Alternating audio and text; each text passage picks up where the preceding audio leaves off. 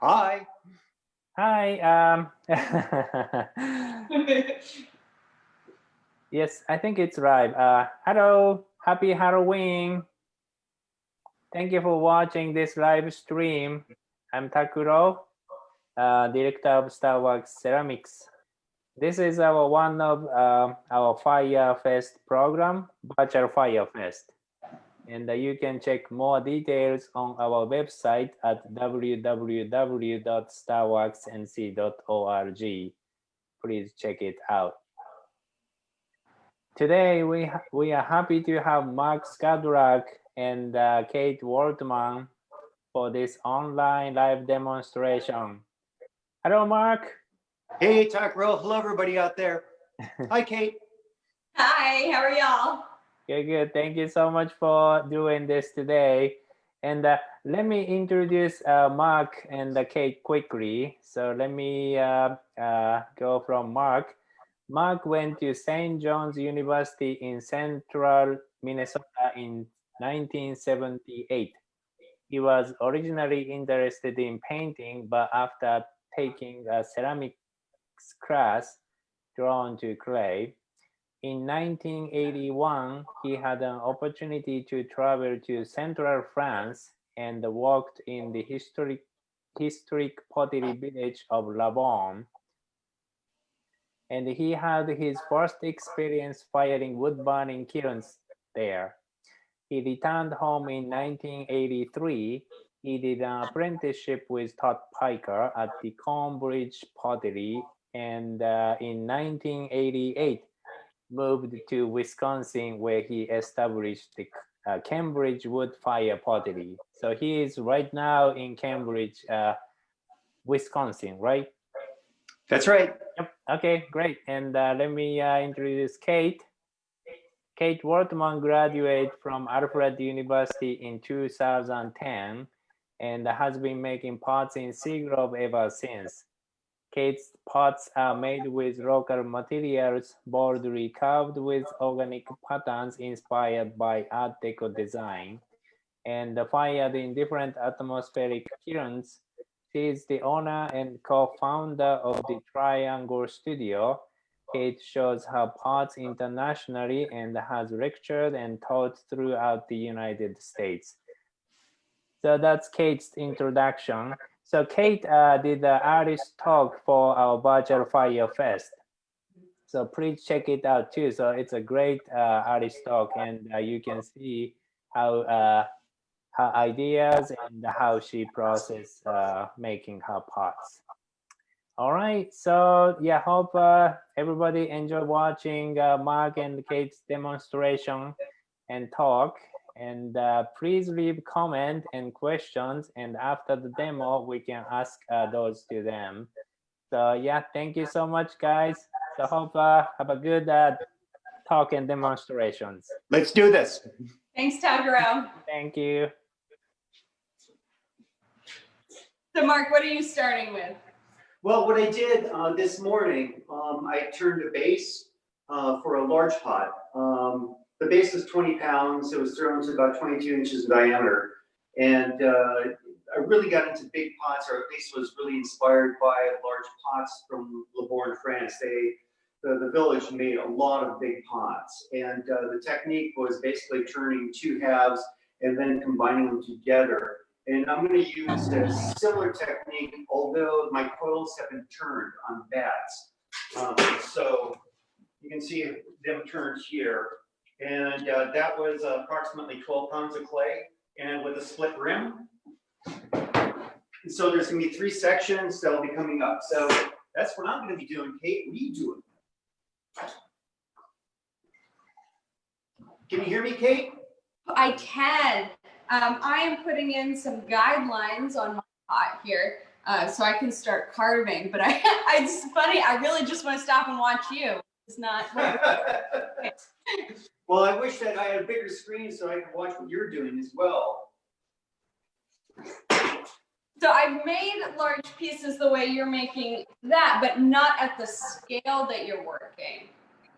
Because it to be a really challenging technique, and I top off at about 6 pounds per piece. ending in a 12-pound pot. How long do you think you worked at that particular technique before you felt this fluid and successful? So you broke up a little bit. How long did what? How long did you work on that technique before you felt like it was fluid and successful for you? Oh, that's a funny thing. It certainly wasn't smooth at the beginning. I would say, it always takes I think a couple hundred pots before you really figure it out. Yeah. Like larger pots. And so I don't know, I'm at a point right now where, I'm pretty comfortable with just throwing the sections and putting it all together at one shot, as opposed to throwing a section, measuring, and then turning a coil. So I just try to get all the coils turned at one shot, so this way the entire process is really smooth and and seamless. Right. Well, that's the big challenge with big pots, isn't it? Is those seams. Right, and then the joints, and then just the fluidity of the line, the shape. That's one of the things that I really sort of like when a big pot's made properly.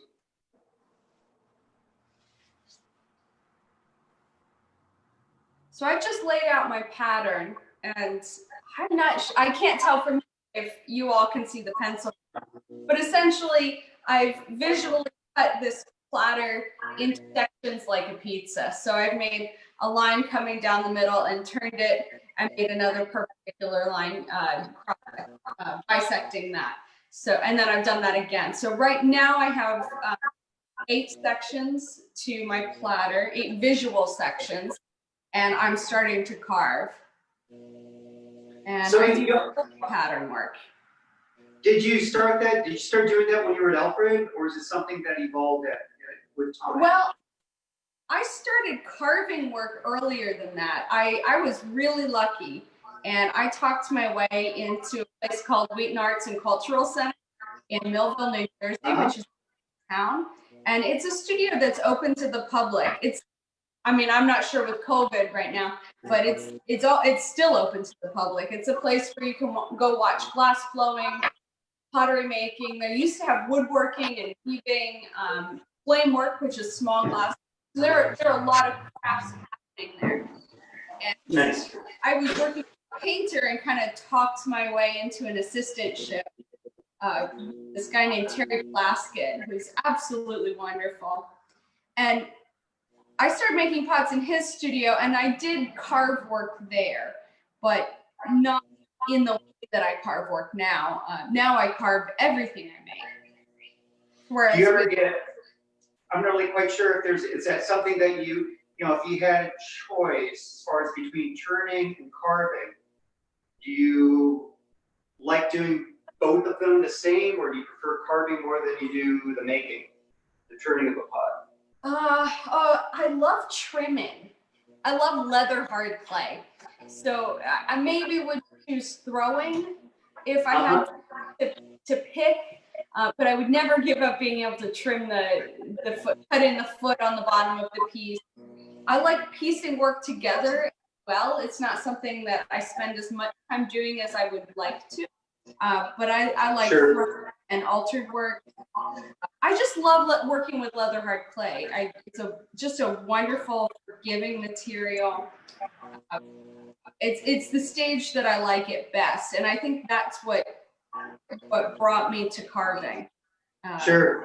And why I do so much surface work is it's the stage that I want to crack pots. Right. That's almost the same thing with slip glazing, leather hard pots. Where they're almost alive. As soon as you slip a pot, and there's that really kind of like interesting period though too. Between for example, leather hardened bone dry. Which I agree with you. Just that whole process of clay drying. That's what really kind of drew me into the ceramic studio. Is that whole thing pots dry when you walk into a shop, that kind of musty smell. Yeah. Yeah, and it's I love your smell.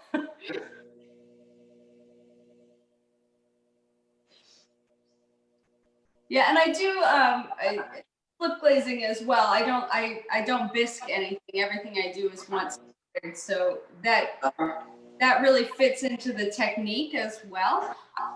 I've been in places where I've been doing this technique and expected to bisque fire, and it's actually a challenge to figure out where bisque, like at what stage do I bisque fire these things, or do I just finish it entirely, bisque fire it for no reason, and then put it in a glaze kiln?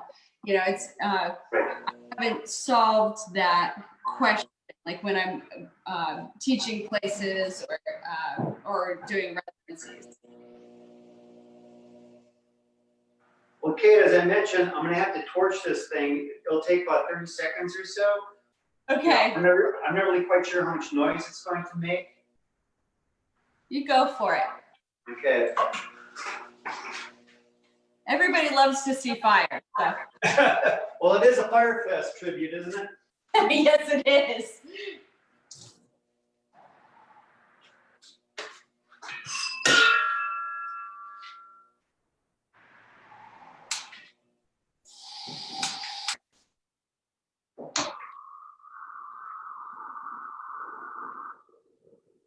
So that's not too bad, is it? Not at all. That doesn't seem like this end. I have no idea how it reads to other people, but that seems just fine to me.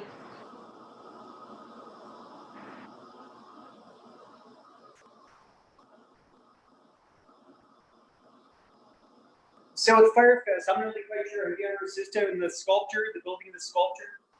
Fire sculpture? Never helped with the build. I've seen it, and it's just wonderful. I was doing another show that happened to be the same weekend for years, so I always missed Firefest. And one year I just decided not to do it, and it was so much fun. I loved the iron pour.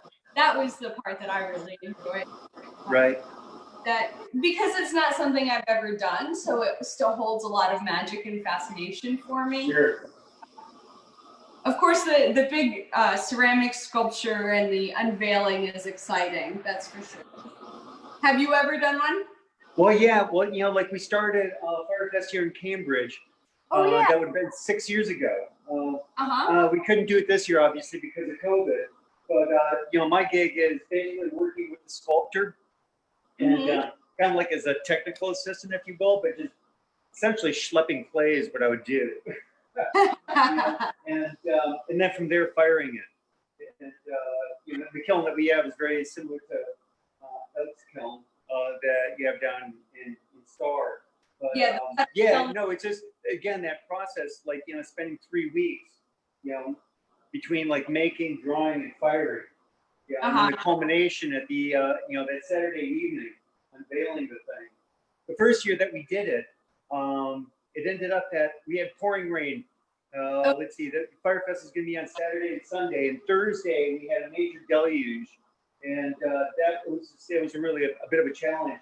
And then the day of Firefest, that entire afternoon it rained as well. And where we had the sculpture, it's in this like a bit of a bowl. And basin, and so that whole area filled up with water, and we also had a dinner in that same area as well. And so people are dressed to the nines, they had to take off their shoes, and they were actually walking like ankle deep in mud. It was just so that evening, you know, the storm blew through. A few people stuck around, and you know, to actually sort of see the thing unveiled, it blew everybody away. And so that's probably the best form of advertising that we could have, is just you know, like seeing that thing at 2,300 degrees Fahrenheit. Yeah, it's quite a sight, isn't it? And it's really exciting.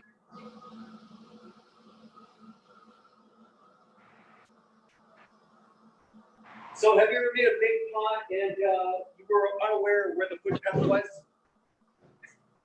I'm sorry, you're gonna have to repeat the question. Motorcycle just went by. So I'm just sort of saying that I'm always very aware of where my foot pedal is. Yes. And I'm not really quite sure if you ever had the experience of bumping the thing when the thing's nearly done. I have had exactly one experience with that. And I think enough time has passed that I can share it with you. So I got a puppy 6 years ago, and I really wanted him to be my studio dog. And he was. So he was in the studio with me all the time. And I had him on a tether in the studio, so he couldn't go anywhere. And I had just made a big pot, and I made the big pot lid, and I left it on the wheel after I threw the knob. Right.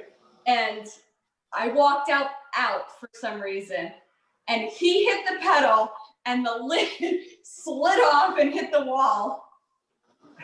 And so I got it, and I kind of like, you know, pinched it back together and made it okay. And that pot is now in the Mint Museum. Oh, is that right? Oh, that's sweet. That's Yeah. a good story. And if you look at it, you can see the lid is just a little tilted. Well, I Because sound like when pots can have a story like that. yeah. Similarly, I was making a big pot, and my son Mason was probably about, I don't know, I'd say a year, something like that, maybe just over a year. But anyway, so he was really intrigued, not really quite sure. He's always been, and still is just, you know, he's one of these kids that sort of like pushes boundaries every once in a while. And so he went ahead and kicked it. It was just like, you think, and he just like, and he did it on purpose. I'm sure he did. I did keep that pot. It's in my bedroom with his footprint in it. I've taught workshops. When I teach workshops and we're making really large pots, I actually have people put a piece of clay in their pedal. Have you done that? Say what? In the pedal to keep it able to press down all the way. Yeah. That seems like a pretty good solution. I think we've averted some disasters by doing that during workshops, because you know workshop rooms can be so tight, and to have people who aren't necessarily comfortable, and it's the biggest thing they've ever made, and you know people get nervous and then they bump it.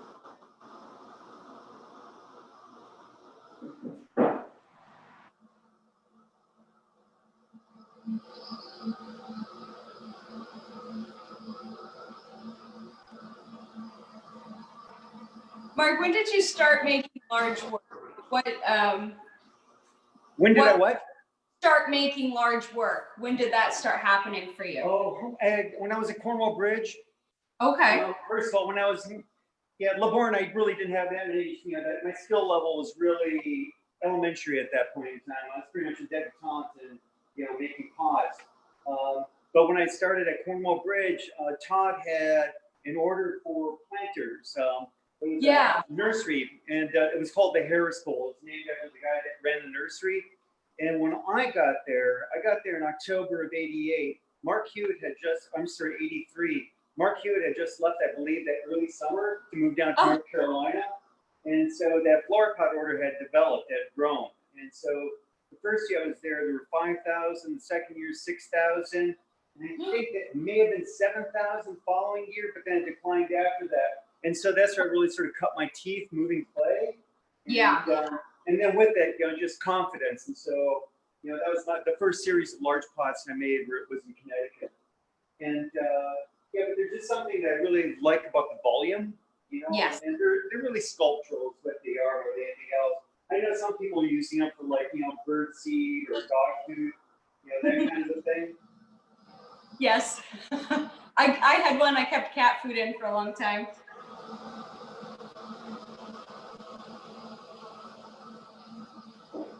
Why did you pick Borne?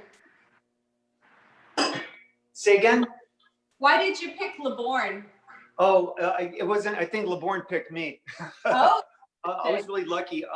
So when I was in college, there was a woman by the name of Johanna Becker who taught Asian art history and with a focus on ceramics. And she was writing a book called Karatsu Ware. And the week before I was leaving for France, I was going to study in Aix-en-Provence. She suggested that I look up a potter that was in Borne who studied in Japan. And she was basically sort of like working with the Japanese 13th generation Karatsu potter. And the guy, he was Dane, but the guy from Borne, his name was Sten Kep, was there at the time. So she knew Sten. So I reached out to him, and he gave me the opportunity to, you know, help pack his kiln and fire it. And that was the first time I fired with wood. It was a large tube kiln, and his style is called yakashime, which is a term that is basically vitrified. So it was a clay body that had a substantial amount of iron in it, but was only fired to around cone 6, 7, and mostly those pots would be buried in amber for like about 8 days. And so that really, when I fired that kiln, it was like I realized this is something that I need to do. So yeah, as I said, Borne, I was really lucky to sort of like, you know, segue into Borne, had 50 potters at the time, all of them fired with wood. You know, it's similar to Seagrove. So, you know, just a really intense concentration of potters and beautiful clay, fired beautifully, and also very cosmopolitan too. You know, there are potters from all over the world that settled there to make pots. Yeah, no, I was really fortunate. Have you ever been there? No, I should have made the effort. So I got to go to Skularek in Denmark in 2018 for residency there, and Borne had the European Wood Fire Conference was there. Okay. But the timing was just offset enough that I couldn't justify going. Right. Like, made the trip really long. Thought about it. It's definitely a place I would like to visit without any question. Yeah, well, it's enchanting. I just, you know, when I first, you know, got into that village, I was a farm kid from central Minnesota. It was like stepping into Oz, you know, it was just, I don't know, it was magical. Yeah, I'm sure.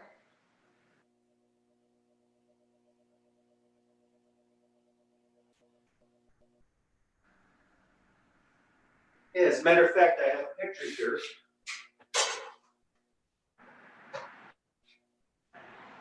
So this is a photograph of the interior of a kiln. Oh, wow. One of the large kilns. And some of the kilns they were in the neighborhood of around 2,000 cubic feet of space. But off to the side, you can see the large jars. And the back end of the kiln, where you know the chimney is, there would be a doorway there. So you pack the kiln from the front to the rear. Really small firebox, all of the smaller pots that you see packed there near the firebox. That's amazing. That's a massive, absolutely massive kiln. It's sort of unbelievable. How long were you there, Mark? I was there for 2 years. Oh, wow. Okay. You really spent. More show and tell. This is actually a funny photograph here too. You see that one? Okay, so that's Hamada. When I was at my old shop, ended up that there was this guy, he's from Philadelphia, and he came in and was really interested in, you know, wood-fired ceramics. And so he said, you know, I was in the military back in this, was it early 70s, something like that? And he was stationed in Japan and decided to go to Mashiko. And just by happenstance, he went to the Hamada compound, and this was Hamada's funeral. Wow. And so he snapped that shot and then, you know, ended up giving me a copy of it. That's amazing.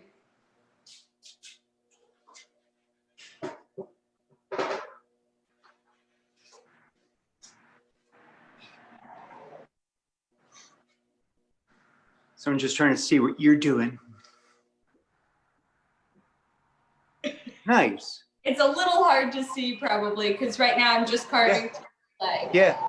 No, it's nice. I was just telling Takaro, it'd be nice if you could actually sort of zoom in a little bit, you know, from time to time. But, you know, just blowing it full screen. You can see it really well with the full screen. Okay, good. It's good. Good. Yeah, we're relying on you for the exciting part of the demo. Oh, yeah, because I have the torch, right? Right, that's right. Well, there you go. And accidents can happen. 17 and a half. Just a little bit more.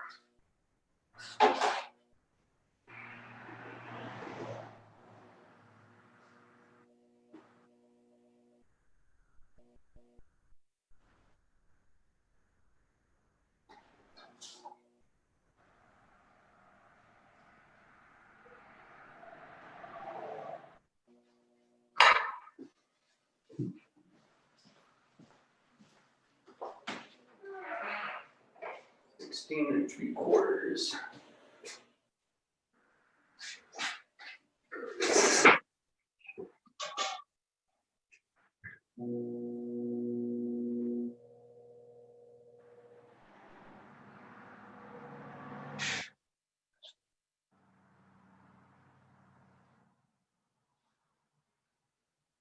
So I've really developed the patterns.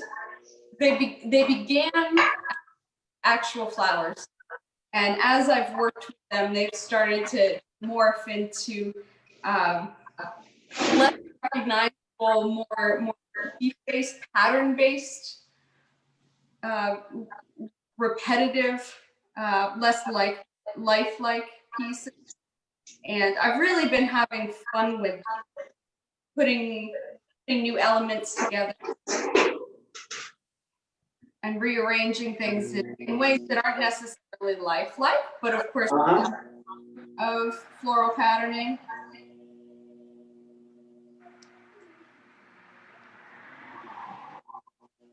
So I don't expect anyone to actually recognize flowers based on my carving. Now, for me, they're particular flowers, but that's because I know where they've come from, where their pattern originated.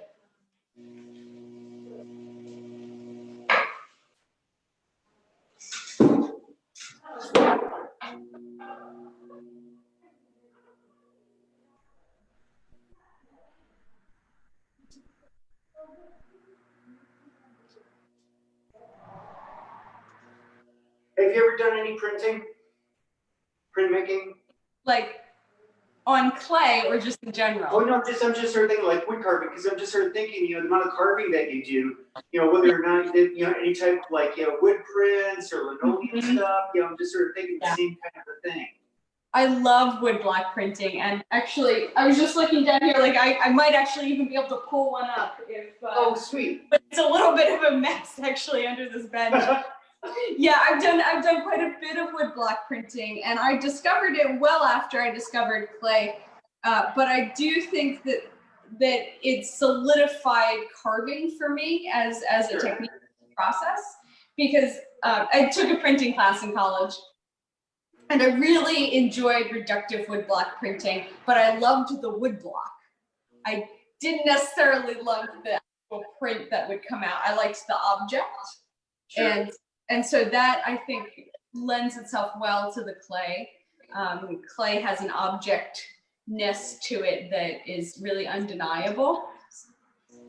So allowing myself to bring those techniques in, and actually some of the same tools into the process has really kept it fun for me. And I do occasionally, I will do woodblock prints, usually as a way to think through a pattern or a process on a flat surface before it moves away onto a dimensional surface.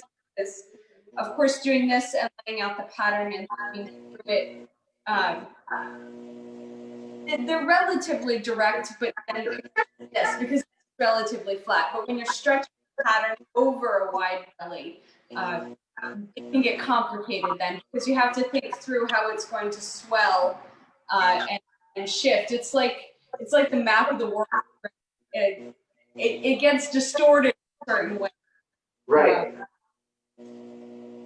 And I've learned the way in which it will get distorted in places, and that's why I don't think I could ever throw pots, because when I'm making the pots, I'm also thinking about what pattern is going to go on them.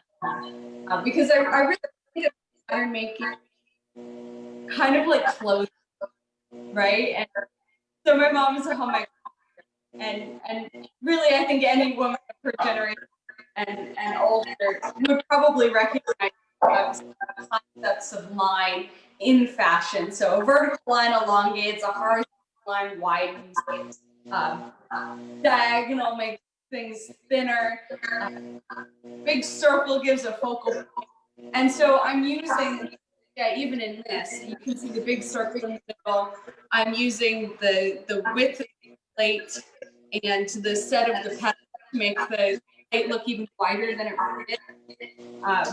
So I'm going back and forth between full form and the form that your eye would have. And I'm interested in tricking the eye into thinking the form is different than it really is. The use of pattern and line.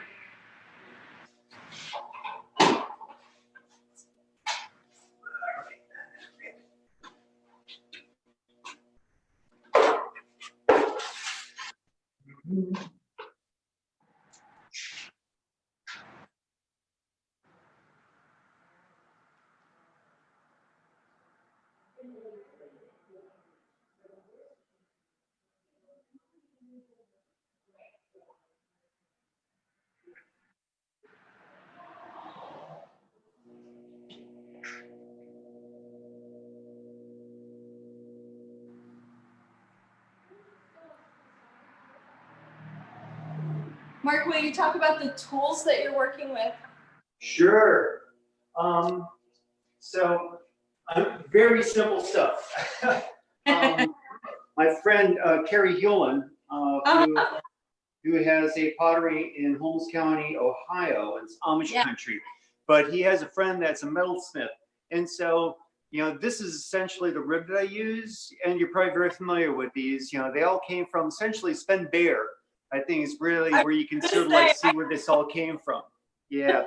And so he turned earthenware. He was in Japan and Korea, Southeast Asia, basically sort of like gathering ideas for kiln designs, and then came back, and then he worked in England in earthenware pottery because he just really wanted to develop his skills. He apprenticed with Cardew, but Cardew was probably in his mid 70s or early 70s at the time, and as an older potter, just not that much production.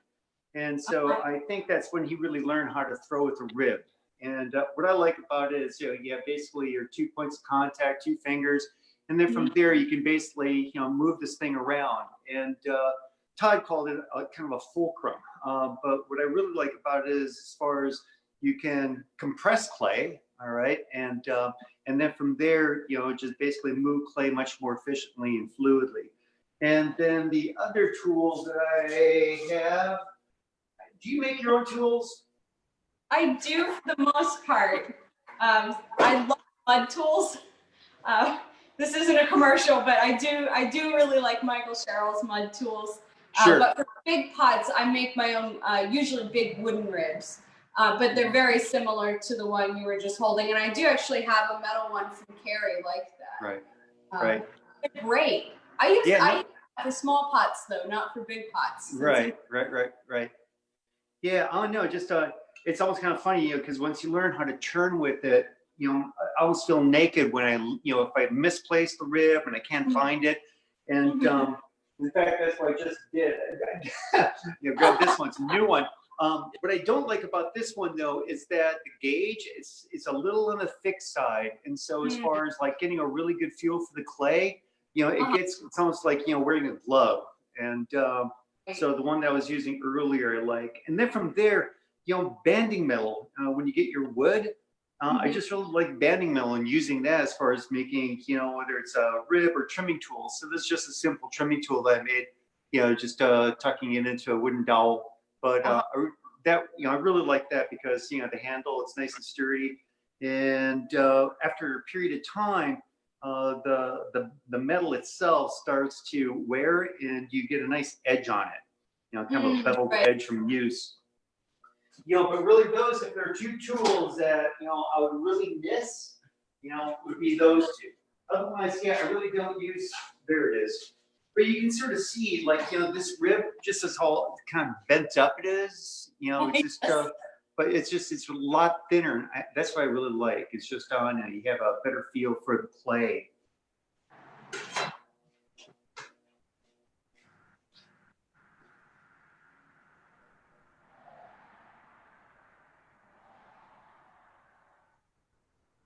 We talked a little bit earlier about setting up workshops, like a pottery shop, a pottery studio. Yes. And, and I know that you're in the process of doing yours right now. I am. It's an interesting process as far as how you organize it and the flow of production. I think is what's really kind of key. I'm a little bit stuck on that in this space right now, actually. It's one of the things that's keeping me from moving forward is making those specific structural changes, right? Like actually building in my small pot bench and putting in my drying shelves. Like those are big decisions for the location of these things. And of course, as you can see behind me, we have a gallery attached. So I also have to consider what people are viewing. And I don't want to block that view. It's a really good form of marketing, right? You become money work eventually. Work. But like right behind me here, this is going to be my big pot bench. Nice. So I decided that because that way it wouldn't block the window. So I'm having a bunch of different considerations, just in conjunction with the other things happening in this space.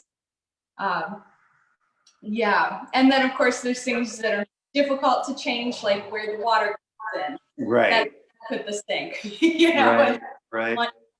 So, but it's been good. I mean, I've done a whole lot of work. I power washed the building inside and out, and the walls that you see behind me are freshly painted. And Aaron and I redid that window, and we've done a whole lot of stuff. All of the trim made from rough cut. Wow. We did that and finished the gallery. So. I Yeah, mean, you know, as potters, I think that most potters, you know, they just figure out how to do it, you know, because obviously we can't afford to hire somebody to do all of that work, right? Yeah, when I first set up my shop, I had no clue, you know, I didn't know which end of the hammer I was supposed to hang on to. Yeah, I grew up on a farm, you know, so, you know, there are hammers there, you know how, you know, but still, as far as doing any type of construction, yeah, I was totally at a loss. You know, made a lot of mistakes. Yeah, but I learned quickly from them. But yeah, just that whole process of you know, starting with, you know, whatever you have available and making it work, right? You know, just that sense of determination. That's right. I've had this question that I've put out to myself whenever I feel like giving up or that it's too difficult. And question I ask myself is, what are you willing to allow to get in the way of making work? I'm sorry, say that again. What will you be willing to allow? To get in the way of making work. Okay, sure. Look, what really is going to prevent me personally? And so far, I mean, the answer I've come up with is probably health. And right now I'm very healthy, so there's really no excuse for me not to make work. And that might be the only thing I would let get in the way, you know.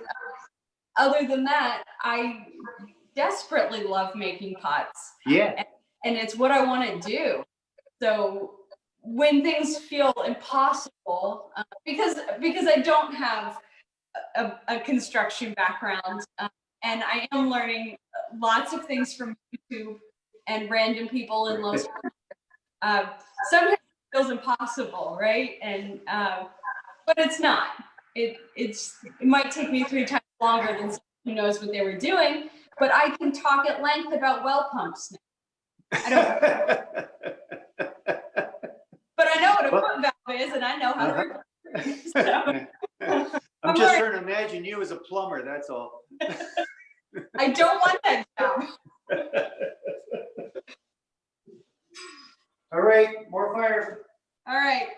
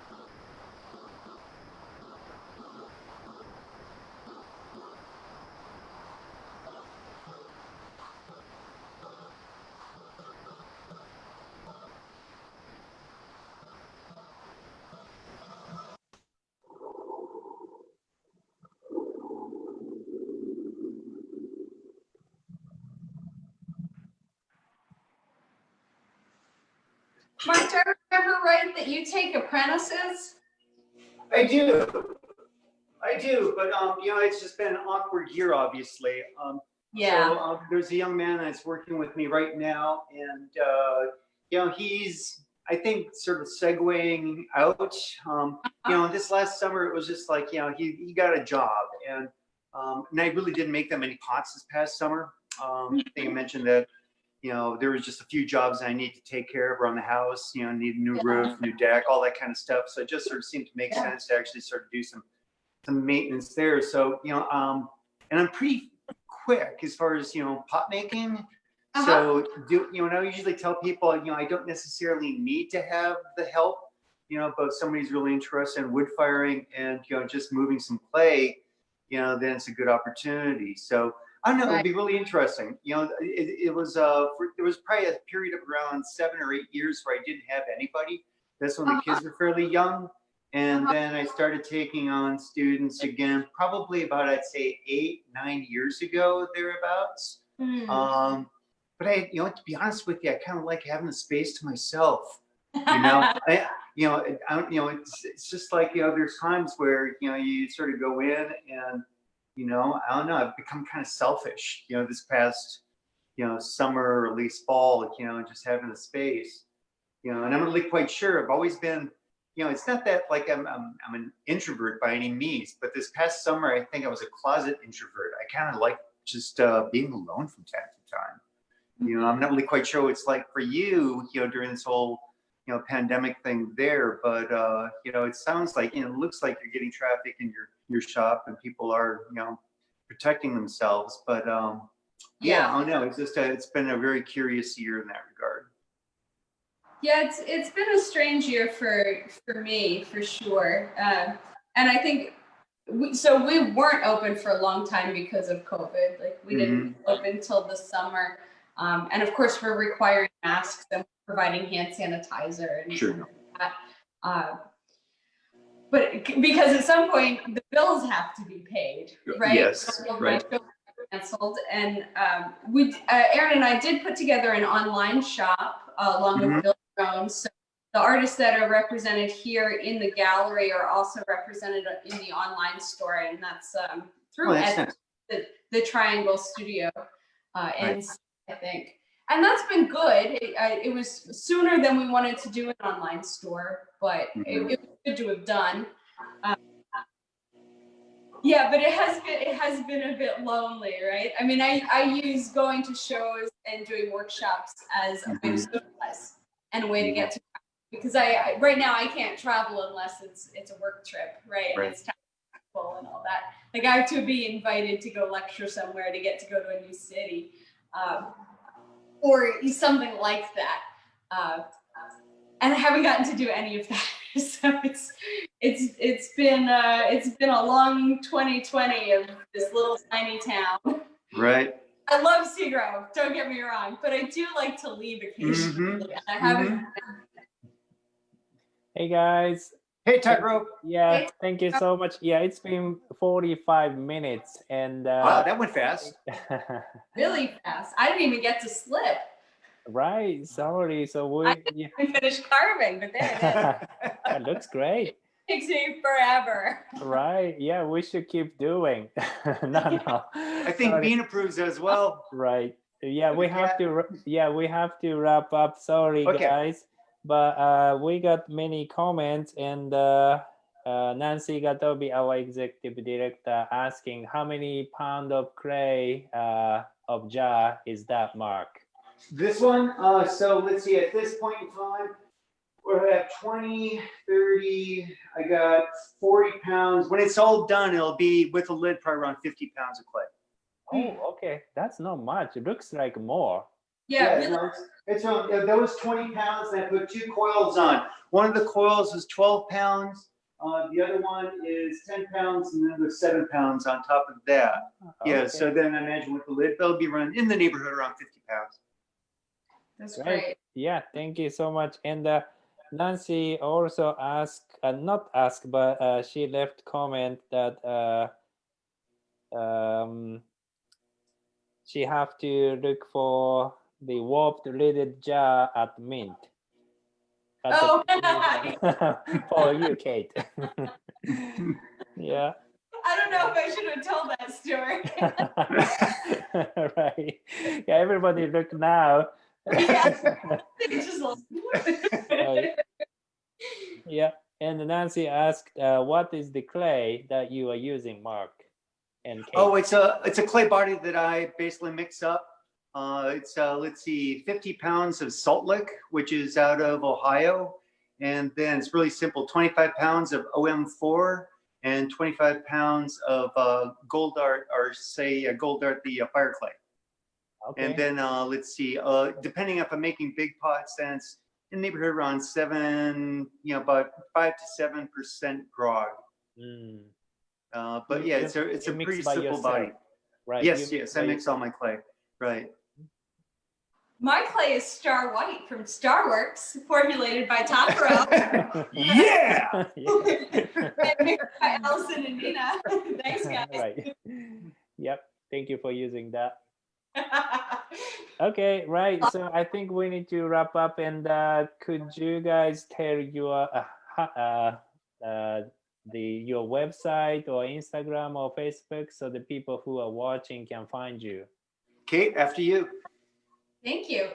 My Instagram, I have 2 Instagrams. One is at KT Waltman, KAYETWALTMAN,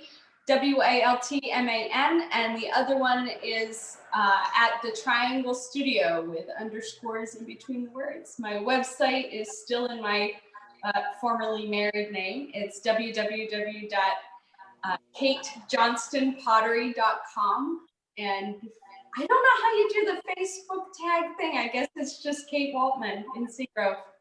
It's not a business page, but it's all pottery anyway. How about you, Mark? And for me, let's see, my website is cambridgepottery.com. Facebook, I have Mark Skudlarek, and also Cambridge Pottery, and Instagram is Cambridge Pottery. And yeah, look forward to hooking up with some new people.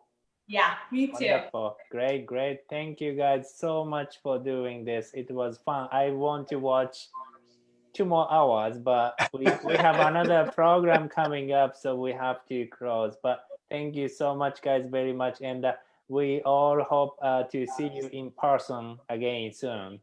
All right, Potters of the World Ignite. Right, okay. Thank you. All right, bye, Kate. Bye, Tucker. Bye, everybody. Bye-bye.